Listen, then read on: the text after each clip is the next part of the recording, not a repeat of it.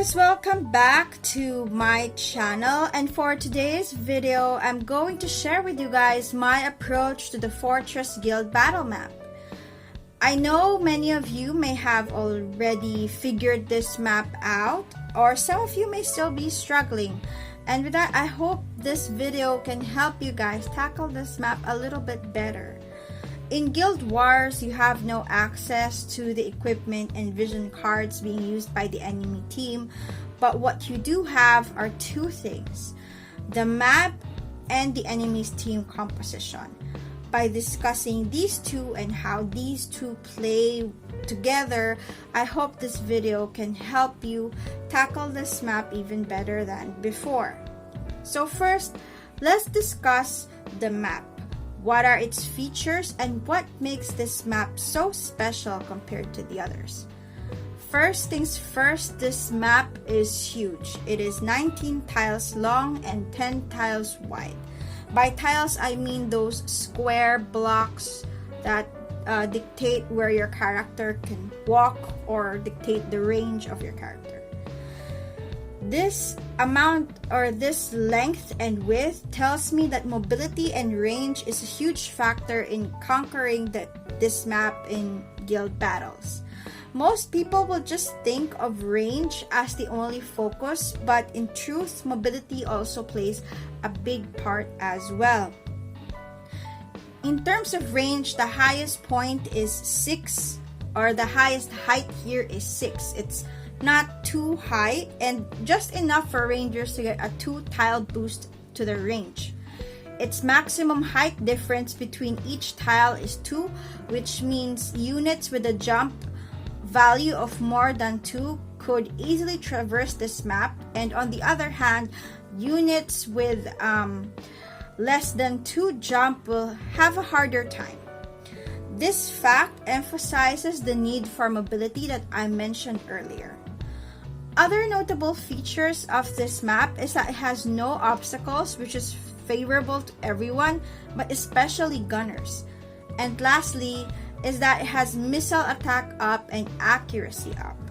This means that gunners and rangers have more build options and flexibility because they can forgo missile attack up passives without having a huge damage hit.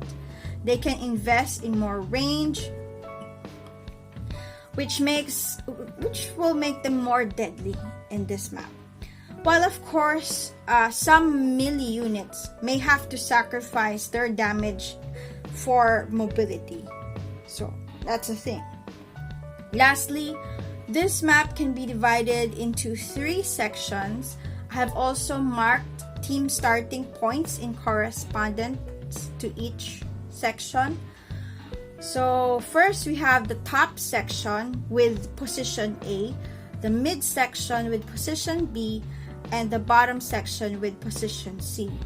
I will discuss these 3 sections in unison with our second topic, team compositions. So in each position, who are the viable units for it? Let's discuss. First is the top section, the highest point in the map. Most people would think that this area is only viable for rangers, when in fact this is also a good starting point for high mobility units to backdoor or outflank the enemy team. This section is mostly comprised of tiles with a height of 5 and height of 6, and has a lot of tiles with 2 height difference, emphasizing that you need at least a jump of 2 for this section of the map. This is where position A is located. Units viable for position A are the following. So first we have Venera. She has a move of 4 and a jump of 2, which means she can easily traverse across the map even from this high elevation. Having high movement and high agi means that she can easily outrun the tank and may catch the attention of enemy units and lead to her early demise. So I would suggest that you have to adjust her or the tank to pace each other well and keep her essentially out of harm's way. As a backdoor unit, she also has flexible attack options compared to other units in this list. She can switch between an effective slash attacker or an effective missile attacker. Before, her missile attack abilities are neutered compared to other ranged units. But because this map has a missile attack up buff, she becomes more viable in that respect. Lastly, what's also good about her is she has a favorable resistances to slash, missile, and pierce, which is a common enemy in this map, so she won't die easily in most cases. At least she can take a hit, like a single hit, at least. The next one is the Dragoon group. I will discuss them collectively as they have similar benefits to save on time. The Dragoon group Kane, Victora, Mashery, or Xmas Mashery, Laswell, Thancred, Dwayne, Wall. Yes, I have included the Dragoon subs in this list also. This group mostly has a movement of 3 and a jump of 2. For Dragoon subs, you have to equip jump +1 passive in order to get a jump of 2.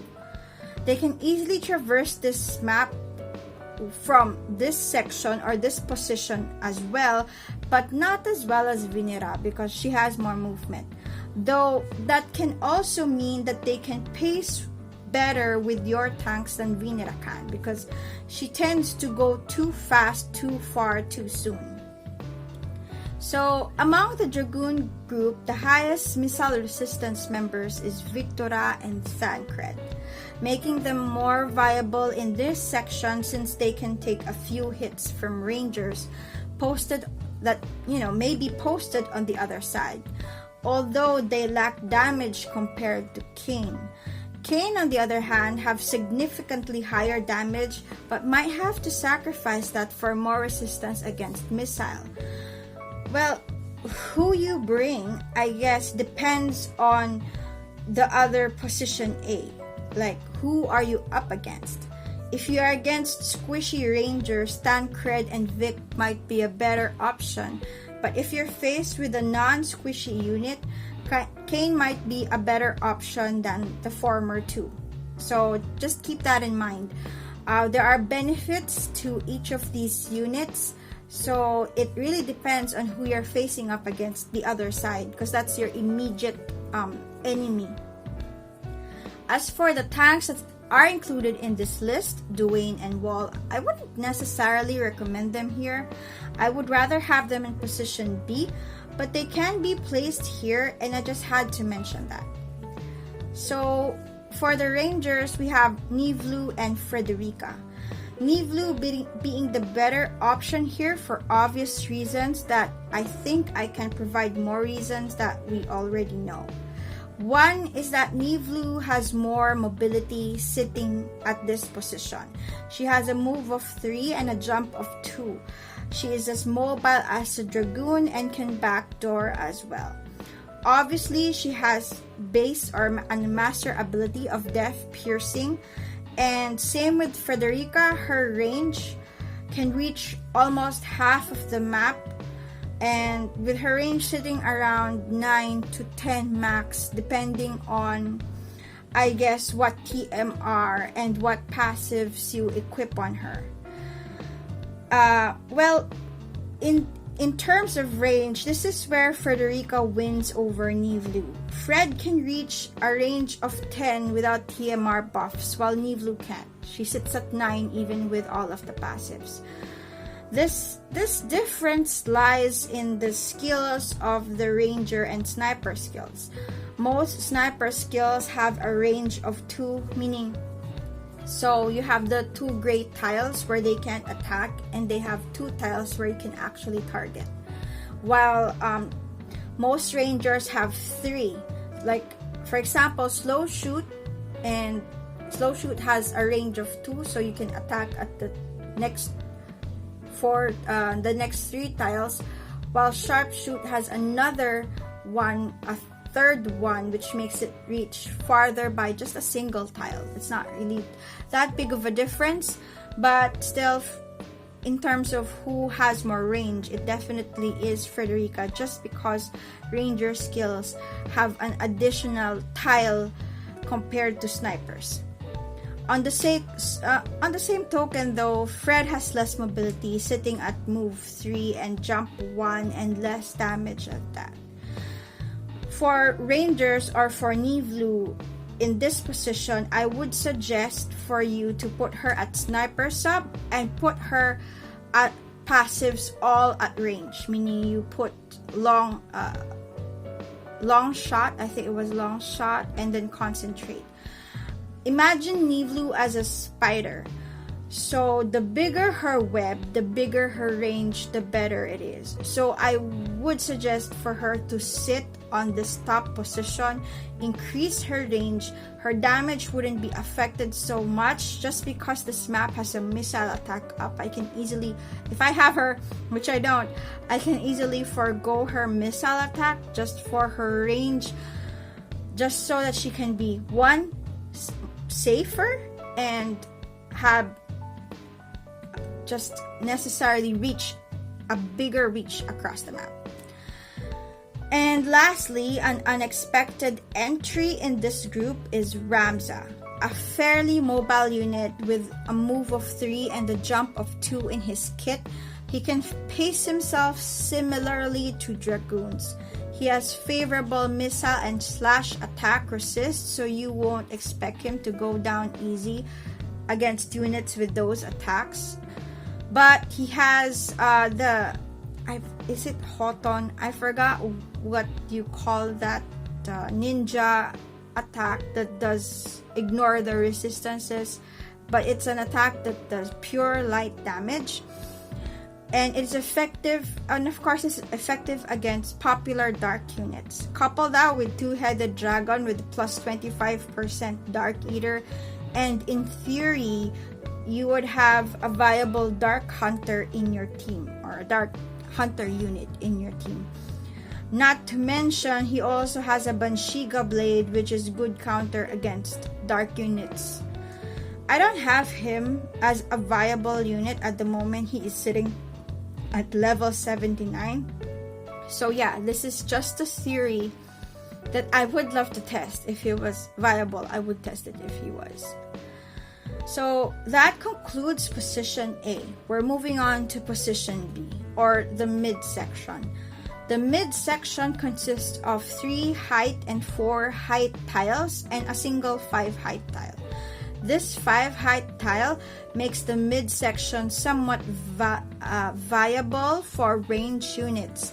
The max jump needed for mid is 1, making it viable for almost all units. But for me, this position is specifically for tanks. Just because you need to access the depressed section or that middle part as fast as possible and get in range of the enemy team. This is the best position to get there as fast as possible and essentially be in range of all enemy units. Agility is a big factor here because again, you need to pace yourselves with your DPSs who might move ahead of you just because they have better mobility, or just essentially they're faster. For this section, the tanks without jump 2 option should definitely be placed here. We're talking about Agrias, Rain, Whisper, and Cecil.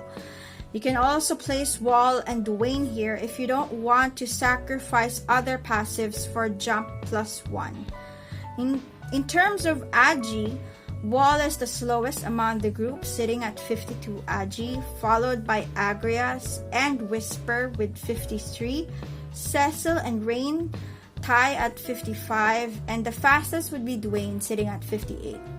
You may also place DPSs here, but again, might not be advisable as this may compromise them from DPSs from position A. But it's an option anyway that you can take if you wanted to.